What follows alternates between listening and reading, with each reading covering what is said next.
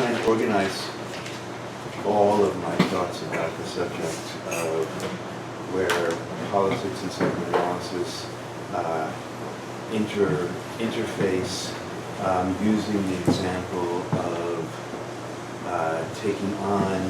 understanding and taking on the American Psychological Association's collusion in the Bush administration's torture program.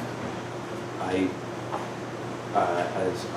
don't know how many of you know, I've been involved in the struggle to expose the APA's role in this and psychologists' participation in this for about 9 or 10 years, and just came from a kind of extraordinary victory in Toronto,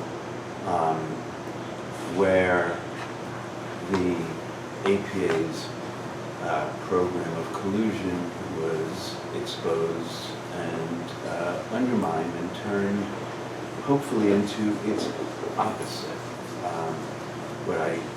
In my fantasy, and what I told the press in order to try to make it a reality, is that psychologists led our nation into the dark side of collusion and torture and abuse of detainees, and now it's up to psychologists to lead us out by upholding the highest standards of ethical responsibility.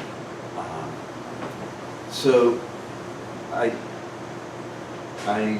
just came back from that kind of exhausted and overwhelmed, and realized I had accepted this invitation and that I had to have something to tell you. So this morning I wrote out a presentation, and I said to some people earlier, the way I write out a presentation is basically I write a book in my head, and then I try to condense it into whatever amount of time I have to talk. So I have a lot of things I wrote down, and I don't want to be too superficial, and I don't want to be too detailed, but I hope to get at some of the issues that you're interested in, and I heard that aggression is one of them, and it wasn't a focus of this presentation, but it is a very central interest of mine as an underlying force for good and evil in what I'm going to try to say. So if you would like me to, or if maybe we can in discussion bring it to the surface, that would help me. And the other thing I want to say is that it's really kind of a pleasure to speak to a group as you describe yourselves, because I am not really disciplined in my education in political science and philosophy and how they relate to psychoanalytic concepts. I kind of use my real experience and study up to find language for what I've sort of come up with, but I could use a lot of help in that area. So I welcome the dialogue that we might have today and maybe ongoing. Okay, so I want to talk a little bit about how I got involved in this issue, what got triggered in me, because what got triggered in me was what reflects a kind of lifetime of conscious and unconscious addressing of these issues of what is resistance. And to me, the whole question is about what is resistance. And I take that as far as you possibly can. Because ultimately, I think our goal is to cultivate resistance. Let's think about that in terms of, yogurt culture. Resistance is the kind of essence of what psychoanalysis is about.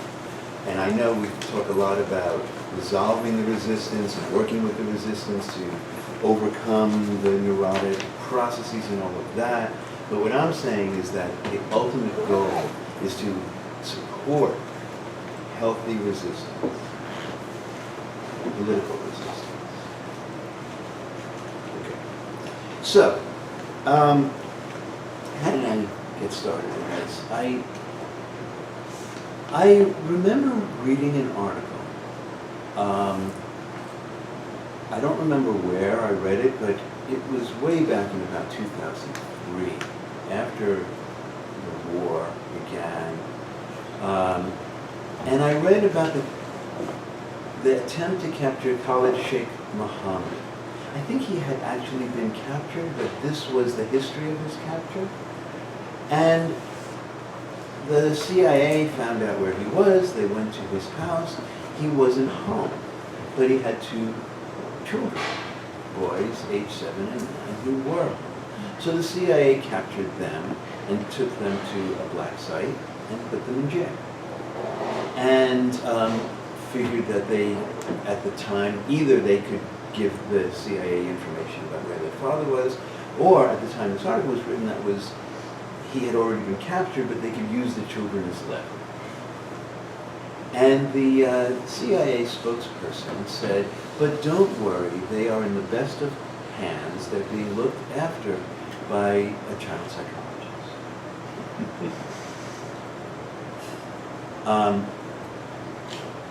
You can imagine how many levels of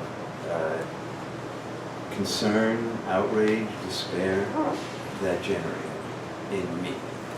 The whole idea, don't worry, they're in the best of care as a child psychologist looking after these kidnapped and tortured children, is the essence of what has been wrong with the interface of mental health professionals and national security from that moment on. Similarly, at reports at Guantanamo, reports of there were suicides attempts and suicides at Guantanamo, and the psychiatrist, I remember, was asked whether the reports of torture and the conditions at Guantanamo may have contributed to the suicides, and they said, and the answer was, no, of course, you don't understand. These detainees came to Guantanamo with pre-existing conditions. They were depressed by the time they got there. Now, think about this. Think about what that means to apply an insurance company concept which indemnifies insurance companies from being responsible for treating people in the present. Using that concept to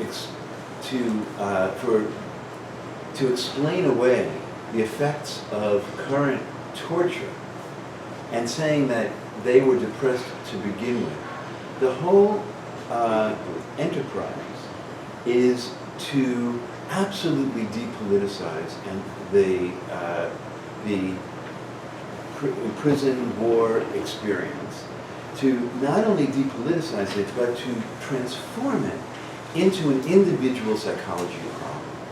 And turning things into an individual psychology problem is the goal of not only the government in terms of radically redefining what is torture and abuse, and not only radically redefining what the role of health professionals is in our nation's service, but it is directly connected with the reformulation of what the role of health professionals is in this country in treating abuse.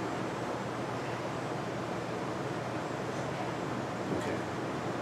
That is such an important idea, that these are all related. Okay. So, I'm going to be a little free-floating, I'm sorry, but hopefully this mosaic that I'm going to present will cohere by the time I'm done. So let me introduce two concepts that I think will give us some vocabulary to address some of the things I want to talk about, and contextually, just give a vocabulary to talk about the issues that I just raised and the examples I'm going to give here on in. And those two concepts are one that's recent in psychoanalytic discourse, the concept of the third, which I guess comes originally from Lacan, but Jessica Benjamin has elaborated on it. A number of other people have elaborated on this concept of the third. The basic idea of the third is that, how do I put this? Between those who are in power, who exercise power, and the ones who they have power over, there is some kind of a standard, that a standard of law, of ethics, of morals, a standard of collective wisdom that everyone engaged in this power dynamic is actually beholden to.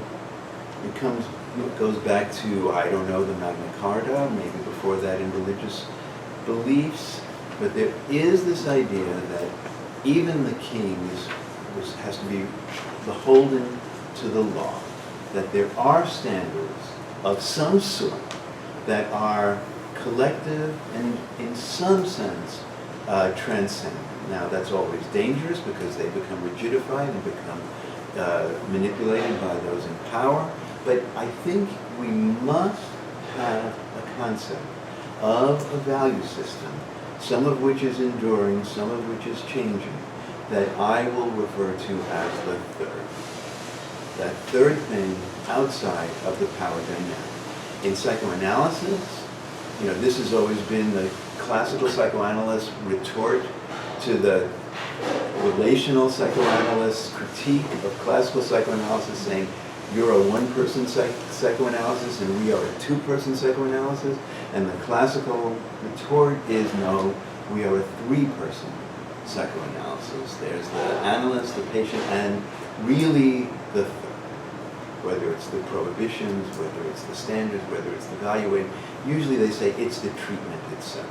The treatment itself stands as the third, which interrupts that power dynamic. So we have to have a concept of the third, for me, as an essential piece of politics and psychoanalysis. The other concept, which is best articulated by Agamben, is the concept of the state of exception. The state of exception is when the third, when there's a justification, and I put quotes around that, for disbanding, for overruling the being beholden to the third, where power is collapsed into the executive, where the third and the executive become one because it is an emergency. And if you look at states of exception, they are always justified by some sort of emergency.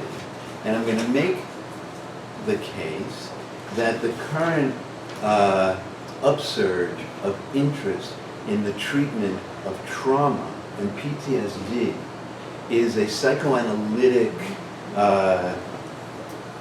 clothing for the collapse, justifying the collapse of the third. That trauma is the state where the value system, the rules, no longer apply. And I have written some about this in an article I wrote called Trauma, the Seductive Hypothesis. And it was about the role of narcissism in most trauma conceptualization and trauma treatment. So this is an important aside because you will find that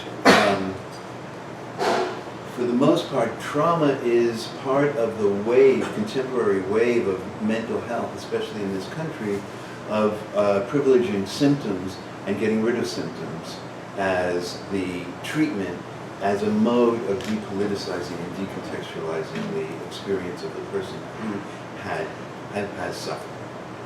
So you take the suffering out of context, you deal with the symptoms, and you don't have to question the institution that has put the person in this terrible situation in the first place and that bears some responsibility for it. So trauma is very often a depoliticizing discourse related to what I'm talking about as the state of exception. Okay. So,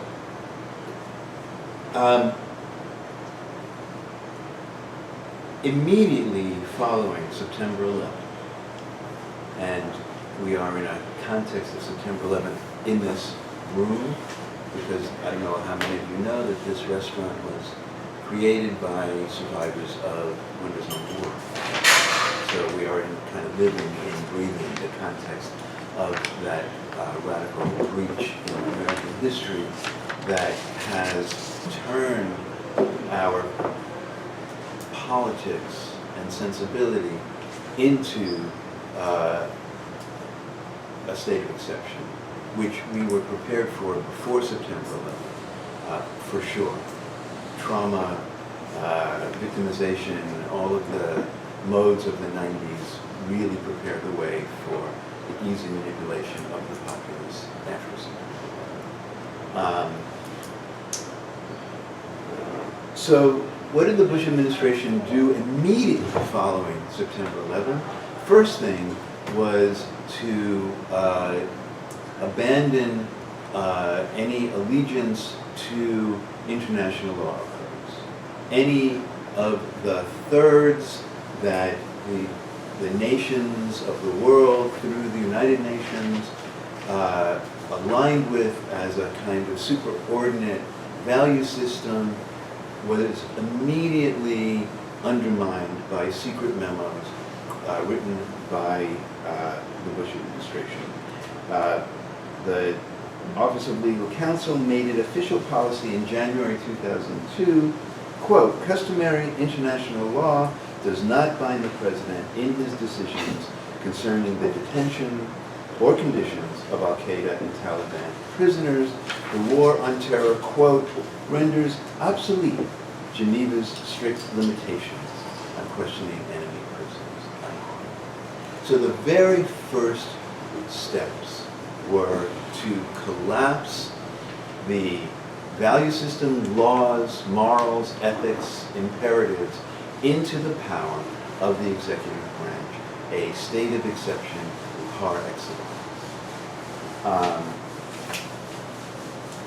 Then, soon afterwards, Vice President Cheney said, quote, many of the steps we have now been forced to take, listen to the language, right? It's already a language of Trump. We were forced to take it. We didn't choose to take it, but it was imposed on us. Many of the steps we have now been forced to take will become permanent in American life, part of a new normalcy that reflects an understanding of the world as it is, unquote. If this terrifies you, you are responding appropriately. Okay. So,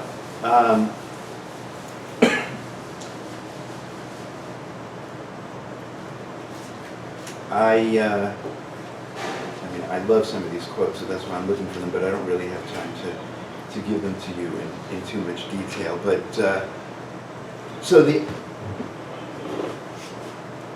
now, one of the things that the Bush administration created at the time as well were these series of torture memos.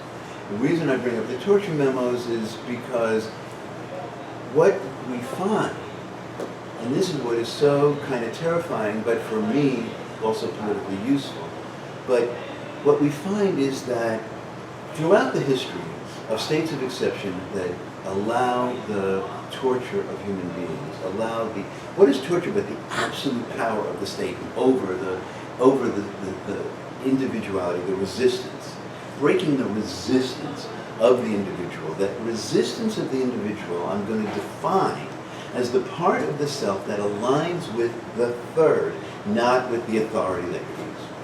It's that simple. And that's what I mean by this is what psychoanalysis, why psychoanalysis goes from resistance to resistance.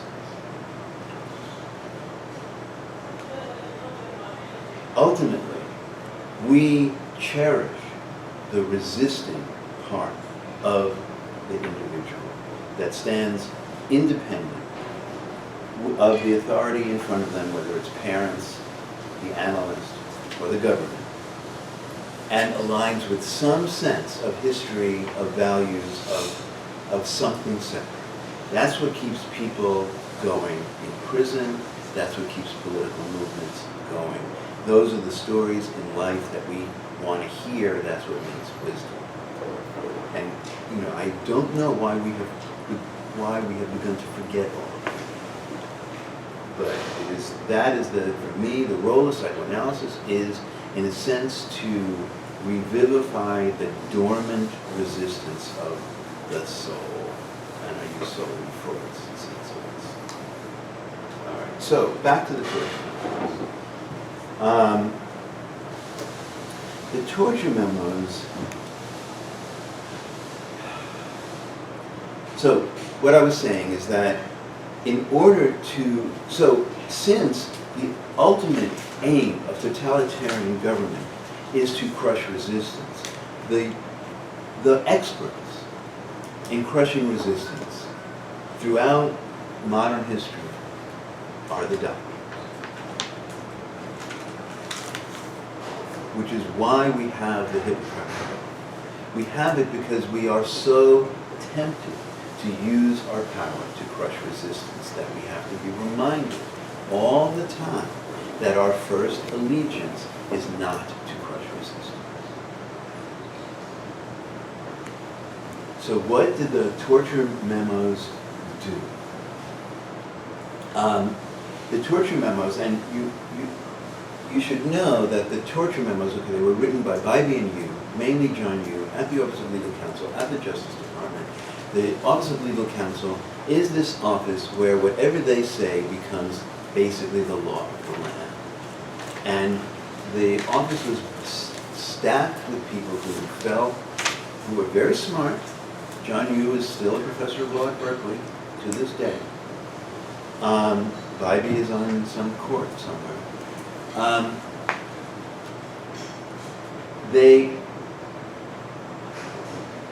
But whatever they decided, the president can say, I asked the Office of Legal Counsel, they gave me this advice, I have a get out of jail free card. So the lawyers of the Office of Legal Counsel worked with the psychologists of the CIA together with Mitchell and Jesse, the two crafters of the torture code,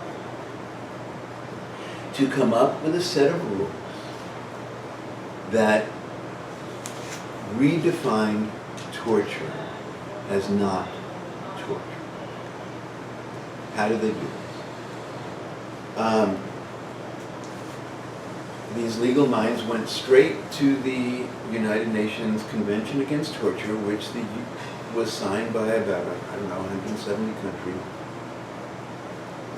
But when the United States signed it, under Reagan, the United States added an amendment, the equivalent of a presidential signing statement, a way of not having to follow the rules.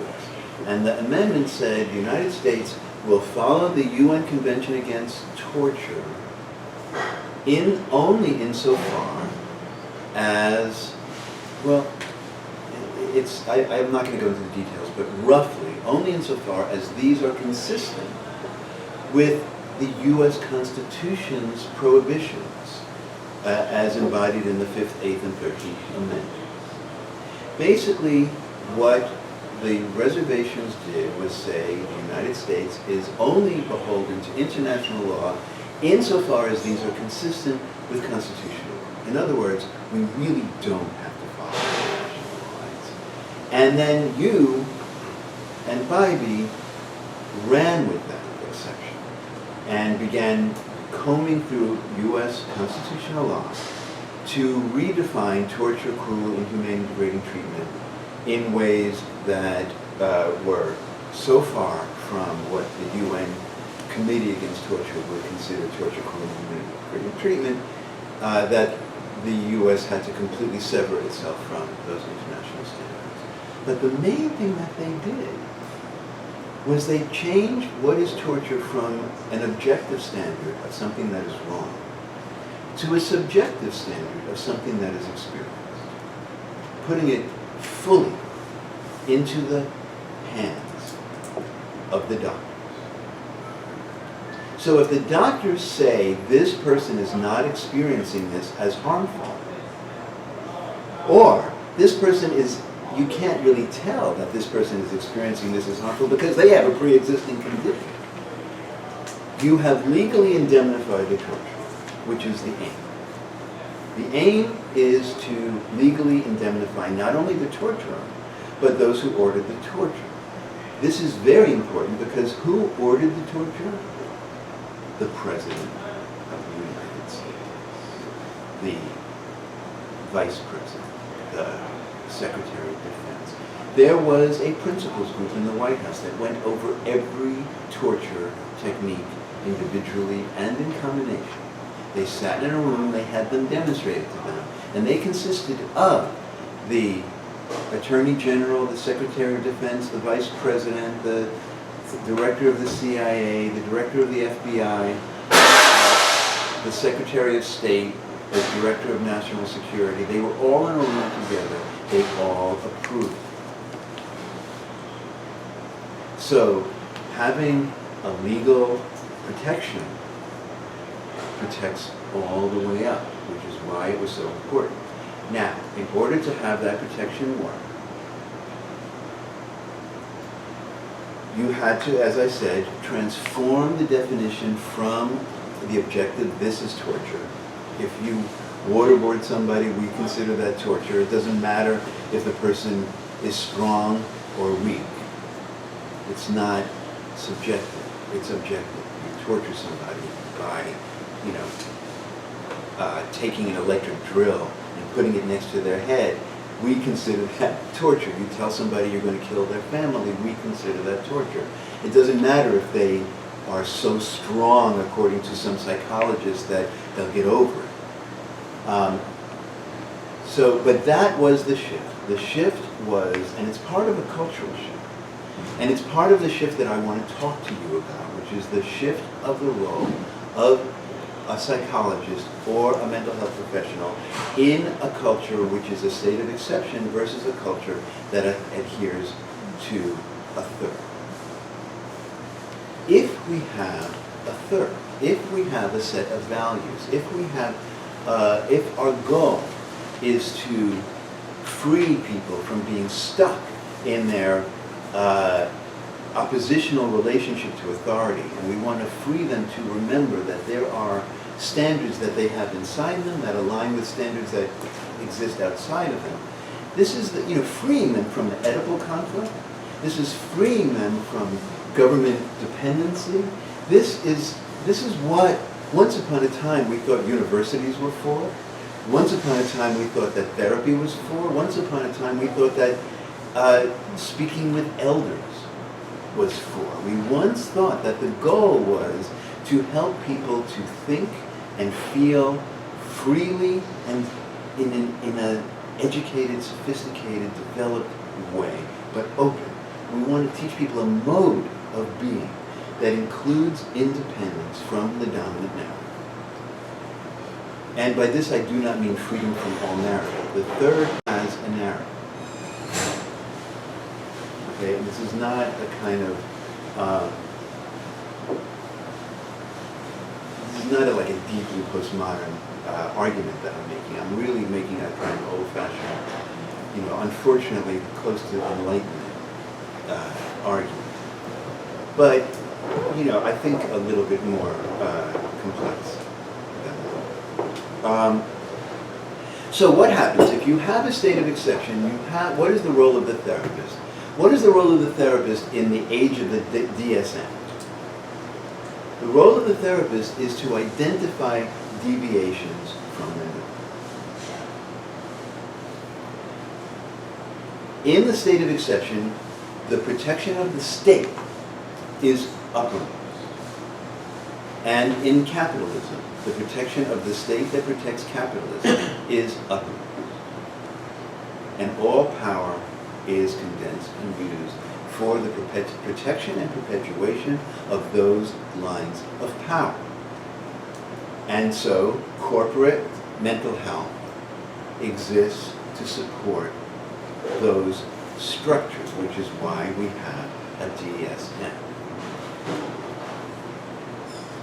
We are hired to assess deviations from the norm. So what happens when we have a massacre, a gun assassination in this country? We don't talk about the politics and economics of guns. We very quickly, the language goes to mental disorders, and suddenly mental health professionals are tasked with assessing and warning about deviance. And it happens so subtly and so completely and that we forget, the joke about the porpoise and the goldfish, and the porpoise asks the goldfish, two goldfishes swimming by this porpoise, and the porpoise says, how's the water? And one goldfish says, oh, the water's great. And then they swim away, and the other goldfish says to the first goldfish, what's water? We have gotten so used to swimming in this water that we're forgetting that it's water. Now,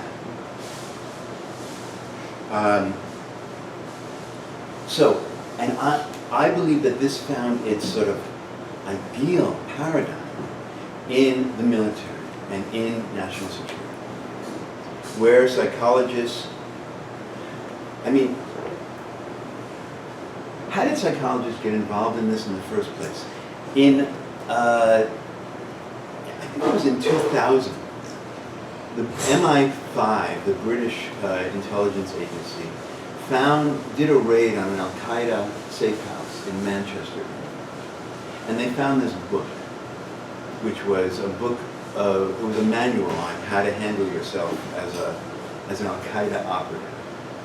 And one of the things they wrote about in that book is how to capitalize on being arrested.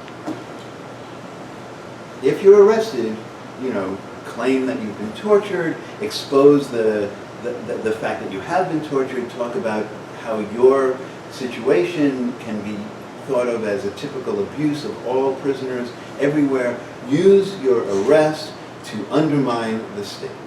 Okay, it's a very interesting political manual, which the MI5 gave it to the CIA. The CIA called it a resistance manual.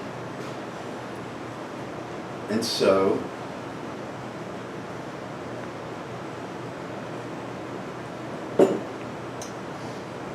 so, some of the psychologists at the CIA began wondering, okay, what are we going to do with this resistance manual? And how can we position psychology at the center of the national security operation?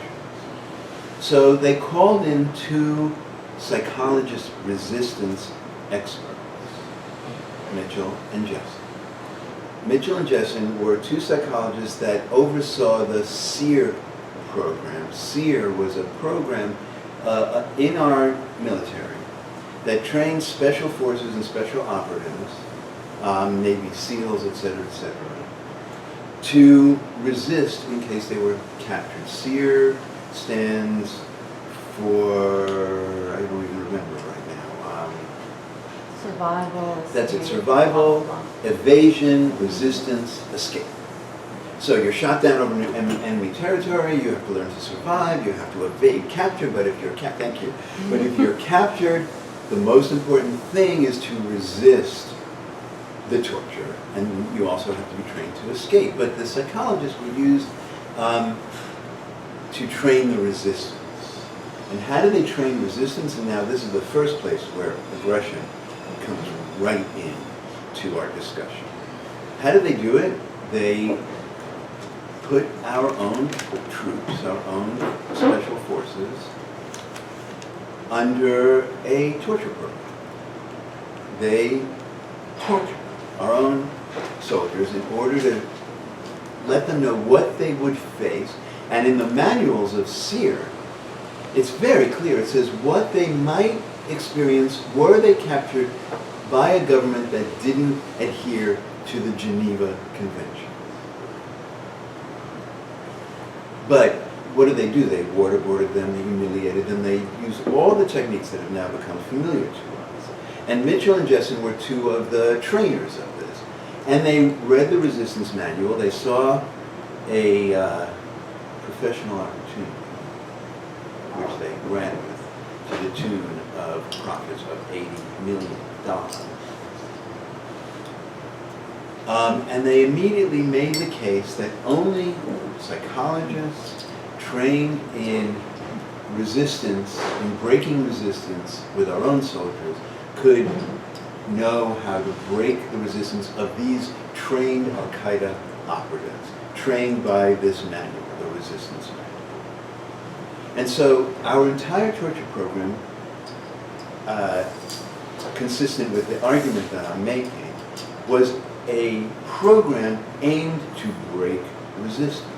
And that is the aim of the, I would say, totalitarian, the authoritative, the governments that assert the state of exception where the rules don't apply. What they only care about is making sure there is no resistance. And that human resistance, that piece of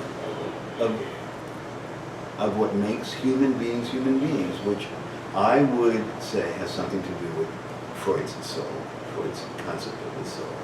That independent self-awareness is the threat to totalitarians.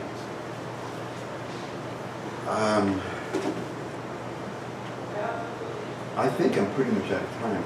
I mean, I could go on. I'll try to summarize briefly the rest of what I want to say. How did this become political? I believe that politics, that psychoanalysis and politics overlap in, as I said, finding, nurturing, cultivating that part of what is the human condition that resists. And the trouble is that in this state of exception, the populace gets reduced to a state of narcissism. And the state of narcissism, this dependent, frightened state, you tell people that they're exceptional, that the rules don't apply. In other words, you don't have to be a grown-up because rules apply to grown-ups. And so you hold the populace in thrall by saying, we are exceptional, and then the authority becomes the parent figure that will be protected. And the authority has always got an underlying aggression. And so the populace, dependent on the authority, wants that aggression to be protected rather than threatened. So the goal is to direct it outward at the enemies, so that the populace remains under the shadow of protection, et cetera, et cetera. And if you want to manipulate a populace, that's what you need to do. You need to create a state of exception by terror. You need to make the enemy out there, and you need to collapse all the rules into the authority of the authoritarian rule. And that, becomes the totalitarian state. How do we dislodge that? How in history does that get dislodged? How does the set of values become dislodged from the government's incorporation? That becomes the very, very big question, and that requires a number of things I've been thinking about quite a bit lately. It requires a kind of geography of resistance, and that geography can be a place, it can be a human being, it can be the human being's own body, but the location of resistance is essential, so that you have, in the past decade in this country, you had the geography of resistance took place at Occupy. Occupy was a bunch of white upper middle class kids who actually spoke the truth, stayed out day and night, and aroused the sympathy of the general population. And arousing the sympathy of the general population is the key to dislodging where the value system lies, not with the government and the authority, but suddenly there's this third place. Occupy became the third place. A hunger strike.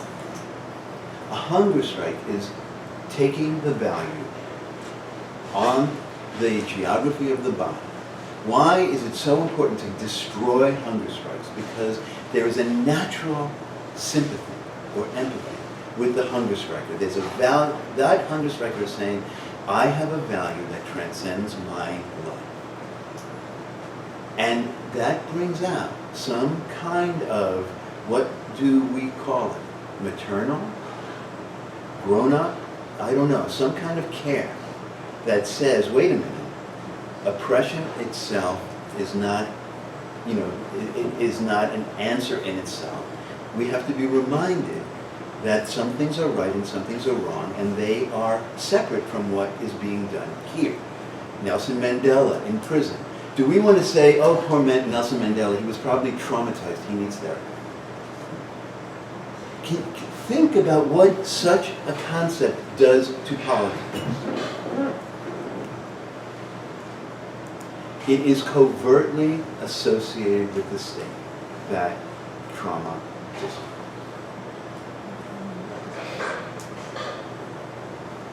So, the last thing I'm going to say is how did my small group of dissidents dislodge the APA's alliance with the state, with the torture program of the state? It was not easy, because we tried over a 9-year period to dislodge the value system from that espoused by the APA, espoused by the government, into some separate value system aligned more with the United Nations Convention Against Torture, with, we worked with the, with religious groups who were against torture. We worked with, certainly political groups. We worked with everybody, but dislodging it, we tried everything. We started by saying torture is wrong. And we lost that battle very quickly in this country, thanks to the TV show 24, and thanks to this state of exception where people were terrified. We tried another one. We tried to invoke the Nuremberg Code against experimenting with prisoners, because we found evidence that there was experimentation going on.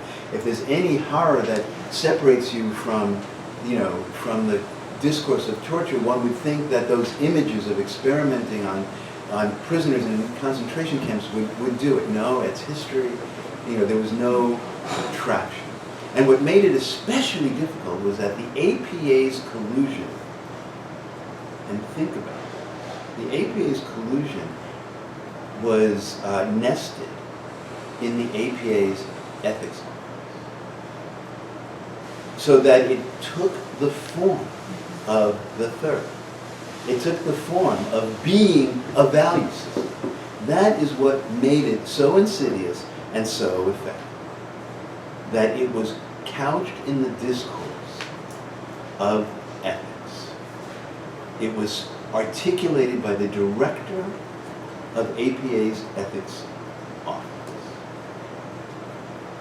And finally, the only way that we were able to dislodge that collapse was by revealing secret emails that showed that the ethics office was colluding with the Department of Defense and the CIA in order to permit psychologists to participate in abuses for their own, for the gain, for economic gain. It ended up being a kind of purely selfish, it ended up being a kind of opportunistic exposure of opportunism on the part of certain powerful APA members. And ironically, that's what upset people the most. And this comes, right from Freud's idea in, I guess it's group psychology or totem and taboo, the idea of a sibling rivalry as the origin of justice. It's not the best. It's not the highest form of exposing and undermining this particular practice, but we'll take it. Right? So people were, because it actually offended people's narcissism, that some people had a special in with the military. So, that Stephen Benke was actually training psychologists to go to Guantanamo and being paid for it, that some of these people had special privileges and conflicts of interest. That was so offensive, and the fact that it was used to support torture catapulted that energy to a very, very big place. And then suddenly the dissidents, those of us who were excised from the process, those of us who were ridiculed, those of us who were attacked, became the only ones who were the voice of a value system throughout, and we were welcomed there. And that was kind of extraordinary and rare, but a testament to this thing that I'm talking about, the resistance aligned with a value system, is the only thing that can provide an antidote to the oppression of a totalitarian system. It has to reside in that combination of the individual's political soul and a transcendent value system. I'm going to stop.